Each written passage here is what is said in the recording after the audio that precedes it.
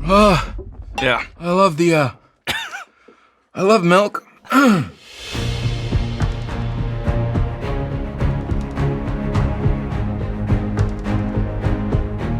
Hey, what's going on, everybody? For First We Feast, I'm Sean Evans, and you're watching Hot Ones. It's the show with hot questions and even hotter wings. And today we're joined by Sebastian Stan. He's an actor you know from his work as the Winter Soldier in the Marvel Cinematic Universe, I, Tonya, Political Animals, and many more. His latest projects, though, are the much buzzed about Pam and Tommy, currently streaming on Hulu, and his latest movie, Fresh, which is set to release on March 4th, likewise on Hulu. Sebastian Stan, welcome to the show. Thank you, man. Thank you. I'm thrilled to be here. How would you gauge your level of comfort around spicy food as we get ready to start? I don't know. I certainly haven't had a lot of spicy food in my life. This is probably going to be the most of it right now.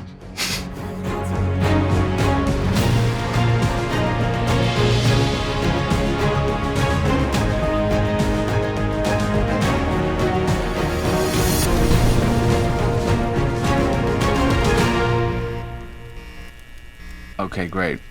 All right.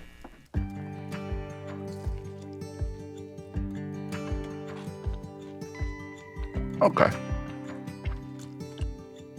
That's pretty good.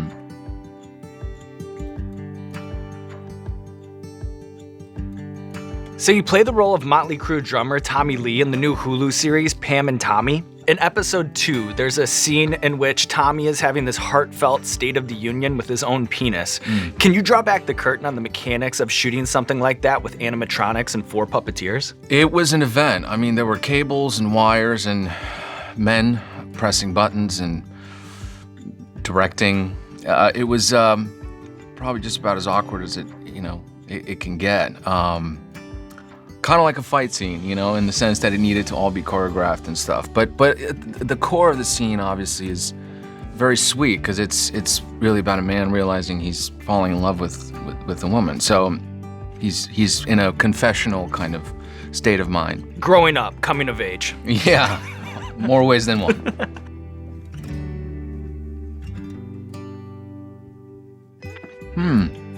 A little more. Yeah. But still nice. There we go. I think. I say before I regret. So I'm cautious about how I talk about your latest film, Fresh, as I don't want to give away any of the secret, heinous plot points, but I do think that it's safe to say that it's maybe your most deliciously off-the-rails character to date. It's been a long time since I've seen an actor seemingly have so much fun playing an unhinged psychopath. What is it that you found cathartic about the role of Steve? It was kind of like going down this weird rabbit hole of studying a lot of these serial killers, and I sort of stumbled on this Dr. Dorothy Lewis, who has a great documentary out right now called Crazy Not Insane, and then I was able to reach out to her and talk to her, and she kind of helped me put the whole thing together in a way. And I mean, it's just funny that we're talking about that movie over wings, but yeah, actually, it was you put that in my head now. yeah. But the idea was that sometimes these guys are so weirdly relatable. Ted Bundy was like a very charming guy. I mean, unfortunately, that's what worked for him for a while. So it was just trying to kind of ground the character as much as possible, and drawing from different serial killers in the past. All right, Sebastian, Are you ready to move on here to the next wing? Sure. This one, the Clark and Hopkins Calabria. Mm-hmm. Clark and Hopkins. Just sounds like a couple of explorers.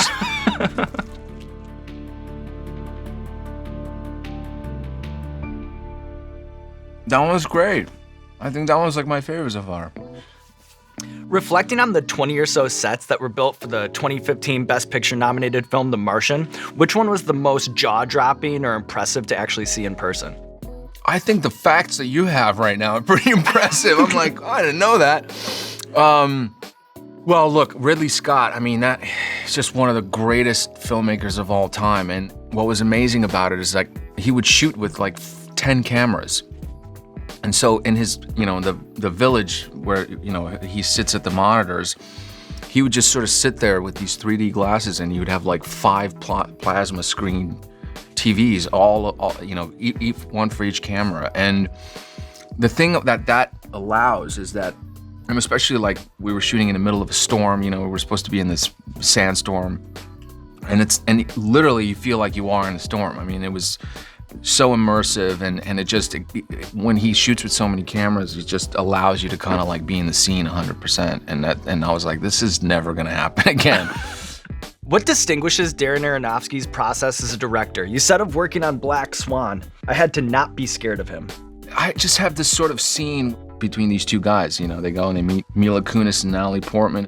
Actually, that in itself was kind of a scary scene. I was like, we need to make sure we show up, we know what we're doing here, But he had a whole character breakdown written out for both of us. And it's just one scene in the movie. And you would think maybe that doesn't, you just come on and it's okay. But he had a whole history of how we got there to that scene, what our whole emotional life was, and just that level of specificity. I was really impressed with that. What would you say is the biggest difference between a fan who recognizes you on the street from your Marvel work and a fan who recognizes you from Gossip Girl? Well, Gossip Girl, they're very loyal to Gossip Girl fans. I mean, Cool. They really have to, they've loved the show. They've studied it. They have wild questions about that. I mean, it's just interesting to me how I still get that once in a while, but you really have to go dig to sort of find out about Gossip Girl. But their loyalty, yeah, that's a good one.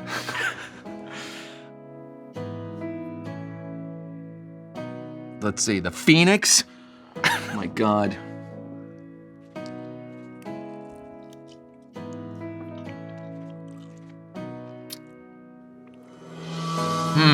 Whoa.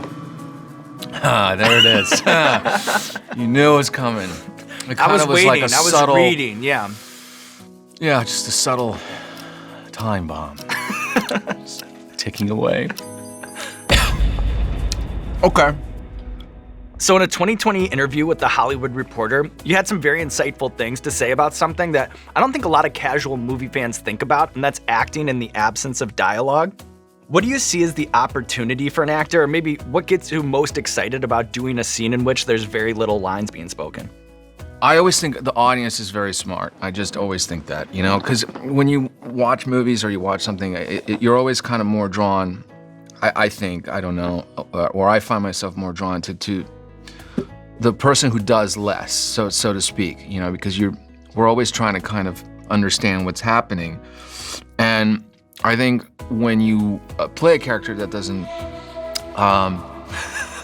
that doesn't speak so much, then it just gives the audience more of an opportunity to kind of throw their own ideas and projections onto the character, and then I think they get more fascinated by that, weirdly. But it's just also interesting sometimes because we don't often speak in life, and we communicate things even when we don't say anything, and sort of just that in itself might be more challenging sometimes. Oh, this Phoenix. It's definitely crawling up my back.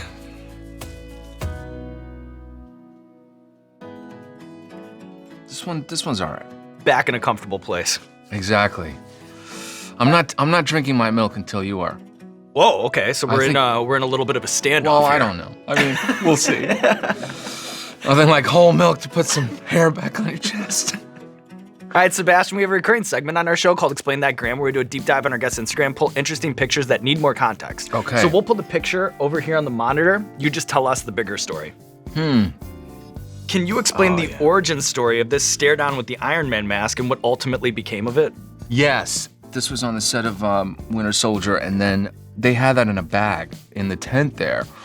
And I was like, I gotta take this picture, and then I gotta go send it to Kevin Feige and see what he thinks. And I didn't even know that he was doing Civil War at the time. So without knowing that one day maybe I was gonna fight Iron Man. Seeing through the tea leaves. There's a crystal ball. Yeah. Or at least certainly hoping.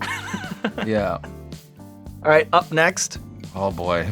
Can you pull back the curtain on what it was like to attend the Stage Door Manor summer camp? I understand that Natalie Portman, Robert Downey Jr., also alum. That's right. No, it was a beautiful camp, and it's still there, and it was such a great opportunity because, it was the first time I met other kids from New York that were my age who were acting, and it's sort of, I met my manager there who I've been with for 20 somewhat years, and And that was like my first headshot, and I think they have that on the wall over there. The Stage Door Manor Summer Camp Hall of Fame.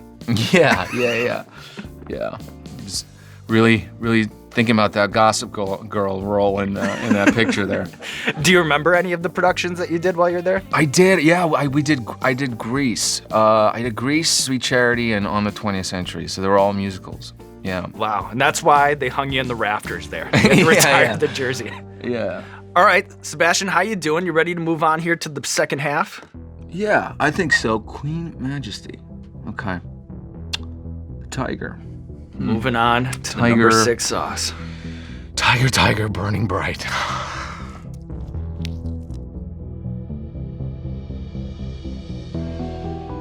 Probably gonna have a salad tonight. Okay. Interesting. Still hanging on there. You're doing great. Yeah. You're doing great. So I found your podcast appearance alongside screenwriter Jacob Kruger to be a really interesting peek into your reverence for writers' rooms and your perspective as an entertainer in general.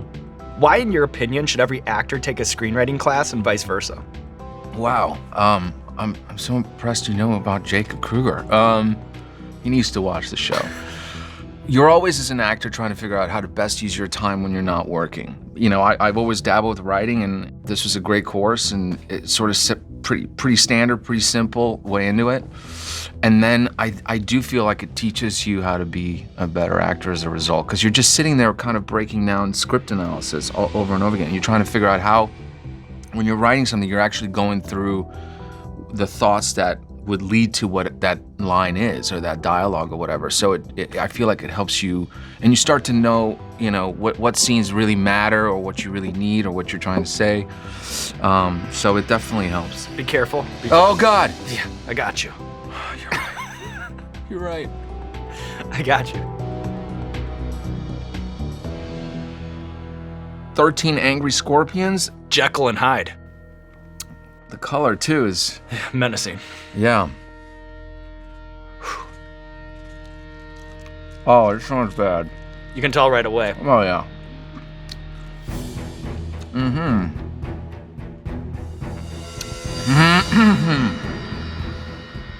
Holy shit. It's got almost like a tangy, sort of sweet barbecue kind of vibe to it, and then very disruptive with the sort of violent pepper action that happens underneath it all. What a way to describe it. Yeah, it's like, it's kind of like an accident happening in my mouth right now. Yeah. Well, let's take you back to happier times. Do you have a most treasured memory from the time that you spent a year studying abroad at Shakespeare's Globe Theatre in London? You know so much. It's amazing. You know what? Watching Mark Rylance, he was in Richard II. And he was really good. I wanted to cry today, so this will be good.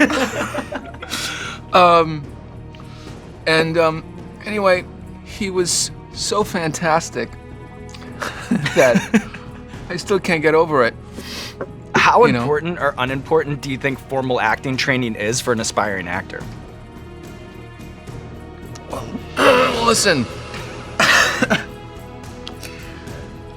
it's very important to study and train and work on your craft. Vitamin D, very important as well. Might have to take a sip of this. It's all right. I'm glad that you're the one who broke the seal, you know? I did it. Oh. First time I had whole milk in about 20 years. Anyway, it's super important. I think, theater especially. Yeah. Are you ready to move on to the next one? This is The Bomb Beyond Insanity. Well, all I know is that there's a word on it that's a caution.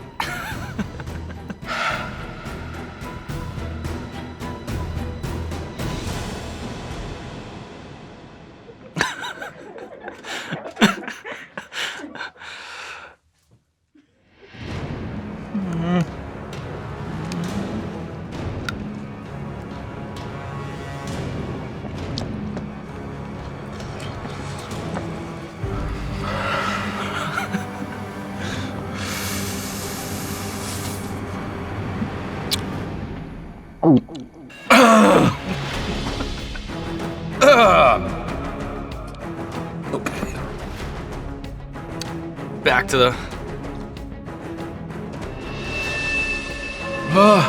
Yeah. I love milk.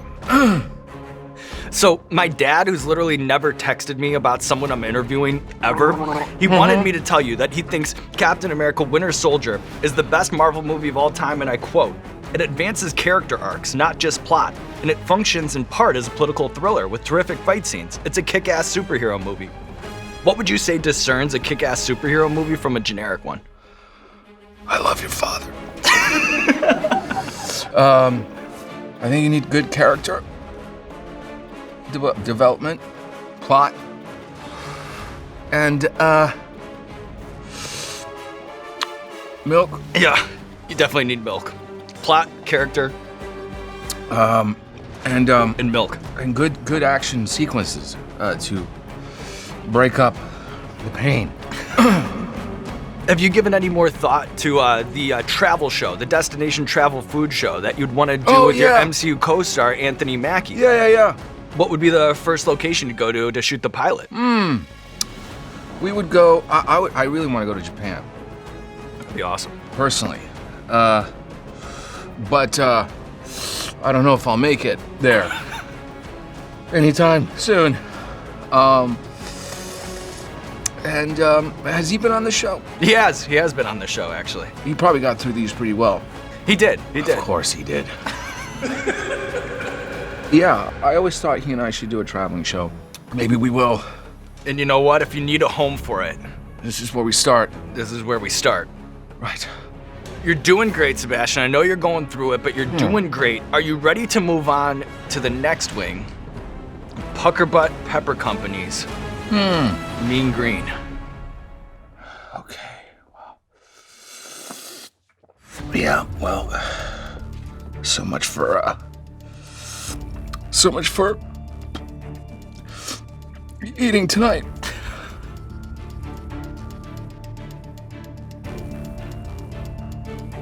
Oh, wow. I don't know if you saw Jimmy Kimmel, but should have kept those steel balls. You left him on his desk. I did. Could have brought him Times here like these. But anyway, what are the fun facts that you have over on that table? Well, you know what? I was intrigued that when your acting career took off, you avoided that sort of entertainer reflexive impulse to move to Hollywood, saying of New York that you find it more grounding, while LA is not a good compass. I did say that.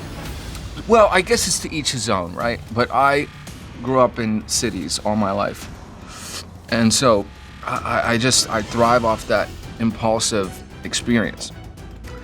You know, kind of being able to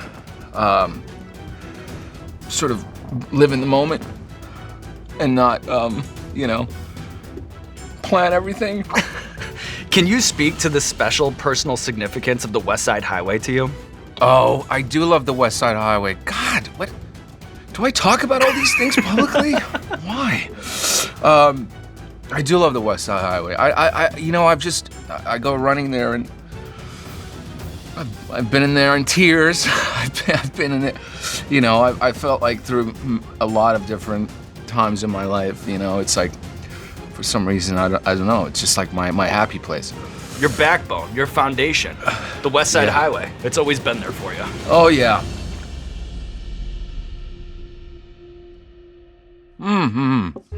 Right. Okay. Yeah. What a ride. What a ride it's been. Oh, God.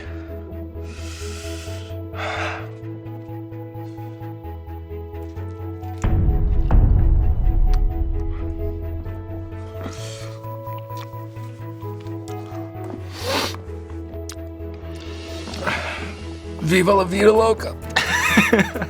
Living that life, and look at us, taking on the wings of death, making it here to the end. And just one more question before we put you out of here in a wheelbarrow full of crushed ice.